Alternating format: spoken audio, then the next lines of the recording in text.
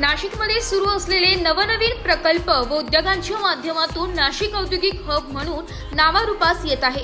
त्या अनुषंगाने उद्योजकांनी पर्यावरणपूरक व प्रदूषणमुक्त उद्योगांना प्राधान्य देण्यात यावे असे आवाहन राज्याच्या पर्यावरण व वातावरणीय बदल व पशुसंवर्धन मंत्री पंकजा मुंडे यांनी केले।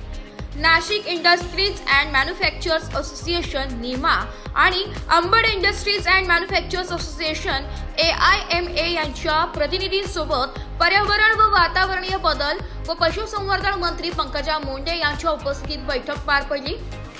यावेळी आमदार सीमा हिरे, आमदार देवयानी फरांदे, महाराष्ट्र प्रदूषण नियंत्रण मंडळाचे सदस्य सचिव डॉक्टर अविनाश ठाकणे, उपसचिव तांत्रिक डॉक्टर राजेंद्र राजपूत, प्रादेशिक अधिकारी लिंबाजी भड, निमाचे अध्यक्ष आशिष नहार, आयमाचे अध्यक्ष ललित बुब, उपप्रादेशिक अधिकारी प्रशांत गायकवाड, जळगाव उपप्रादेशिक अधिकारी करणसिंग राजपूत, धुळे उपप्रादेशिक अधिकारी प्रणव पाखले, अहिल्यानगर उपप्रादेशिक अधिकारी चंद्रकांत शिंदे, वैज्ञानिक अधिकारी सुरेश माळी यांच्यासह विविध विभागाचे अधिकारी व उद्योजक उपस्थित होते।